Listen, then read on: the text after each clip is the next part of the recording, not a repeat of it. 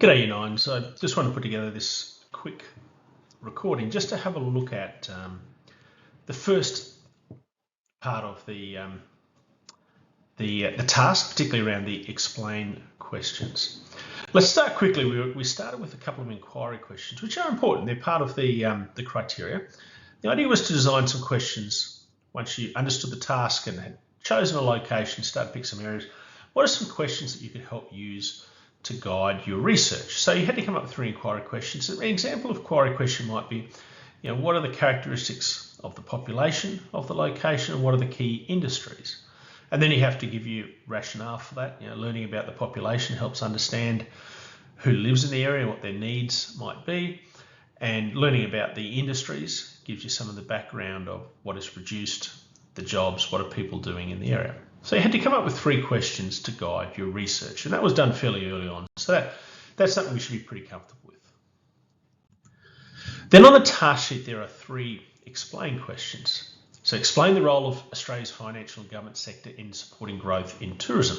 Think about how they relate to each other. So this sounds to me like it's about that 5-sector model that included businesses, households, governments, the financial sector, and imports and exports, the international sector, which is important with tourism because when people come and visit, that's actually an export.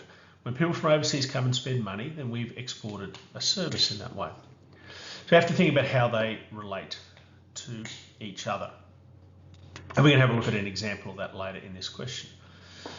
Explain the potential risks and rewards of increased government investment in tourism. So what are some good things and what are some things that the government should be aware of, or what we should be aware of when things don't go so well? In your response, give some examples of different types of tourism investment. So some of the types of tourism investment in general way that we've looked at include grants that tourist businesses might access. It looked at advertising campaigns that governments have run around tourism to encourage visitors. Even something like the Olympics in Queensland is something that governments do and will influence tourism. And another example is the idea of vouchers that were given to people to then go and spend at tourism businesses to try and increase the sales for tourist businesses. So you'll need to think about and find examples of those different things in your response there. Explain the reasons why it could be beneficial for a government to accrue debt in order to invest in the tourism sector. So this reminds me of some of the questions we looked at around good debt and bad debt, so that might help us answer these. As well as that, on the task sheet, this really important table, and I've only taken part of the table to begin on this really important table that talks about what has to be done on the task sheet and as a team, is this create a destination profile booklet for your destination. Ensure it includes the cultural significance, what makes this area important, the main businesses, maybe a little bit about population, the purpose of investment for local communities, like why is this an important area, the location, some activities from the area. So very specific about finding some more information in your destination guide that you are creating about that location. And here are the criteria we're trying to match. So we're trying to explain the role of Australia's financial sector. So that's in the first question, and its effect on economic decision making. So this is talking about what decisions have been made around tourism, involves businesses, tourist businesses, the government and financial sector. We need a thorough explanation of financial strategies, concepts and principles, and we can see that we're talking about risk and reward, specific government examples of government investment, and then good debt and bad debt. And then finally, a thorough explanation of the destination and the cultural significance. And when we're in criteria, this is what we're going to mark against. So it's really important that you've included the cultural significance there of your area. These are the 3 explain questions from the task sheet. Explain the role of Australia's financial and government sector in supporting growth in tourism and how they relate to each other. Explain the potential risks and rewards. Increase government investment and the specific types. And explain the reason it could be beneficial for government to accrue debt, good debt, bad debt. Let's have a little look at this first one. This is about the 5-sector model. And there have been some different examples of the 5-sector model, but this is a relatively simple one that I think is not too bad. And so we're starting to think about, okay, we've got the sectors, we've got households here, we've got businesses here, government at the top. the financial sector, and the role of the financial sector is to invest in businesses, give money to help businesses grow. And it gets that money from households and savings. Businesses, if they're going well, they pay some tax to the government. And governments also, you see the reverse, there's some government spending on businesses. So that's the examples of, for example, a tourist campaign that would benefit businesses. So you're thinking about how you can put those sectors working together and what's going to happen about it. You know, what's the role of the financial sector? Well, it's pretty clear there. If business is going well, what does that mean? Well, it might mean more paying wages and salaries to households. Households might have more savings. Households might spend more money on businesses, which is going to be good as well. Taxes might go up for the government. So even though government has spent some money there, they've had a benefit because more people are working, more people get taxes. So just have a think through and see what connections can you see we make. Let's have a little look at an example. This example came from the announcement with the budget that the $300 credit on everyone's electricity bill that was going to be given. So here's an example answer looking about that. Okay, so every household's got some extra money from that. So that's the first thing. Households are positively affected, and they might spend that on goods and services.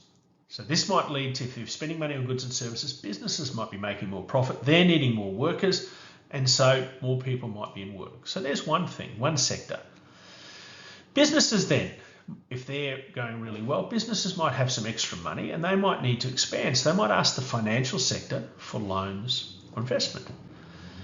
Now, the banks might have extra money available because some of their money comes from households. And if households have got some extra money, they may have put that money at the bank. So if we have a look at the way these things mix together, households have some extra money. Maybe they've saved some more money. They've purchased more goods and services. Businesses are making some nice profits. They might want some more investments to try and expand. They might be paying more taxes to the government, although one of the key things about this is this was governments making a payment to households. So governments actually may have to raise some more money from tax because of that. So you can see in a similar way, you've got to think about how that works for the financial sector, tourist businesses, and the government. So that's the first of the questions there. Risks and rewards of increased government investment tourism. So what are the good things and what are some things that might not be so bad? And we've kind of hinted at those things, you know, the good things around businesses doing well and the flow-on effects to maybe paying more tax in households. But if governments are paying money to do that, what might they have to do? Maybe they have to raise more tax. That's not such a good thing. And the last question, explain the reasons why it would be beneficial for a government to accrue debt in order to invest in the tourism sector. So this looks about some of the ideas of good debt and bad debt, and I've got some slides from our time around there just to have a little bit of think about this idea. So one of the activities that we might have done is look at different levels of interest. So the interest at the moment on a home loan is probably around 5 to 6%. A personal loan might be 12%. A credit card might be 18%.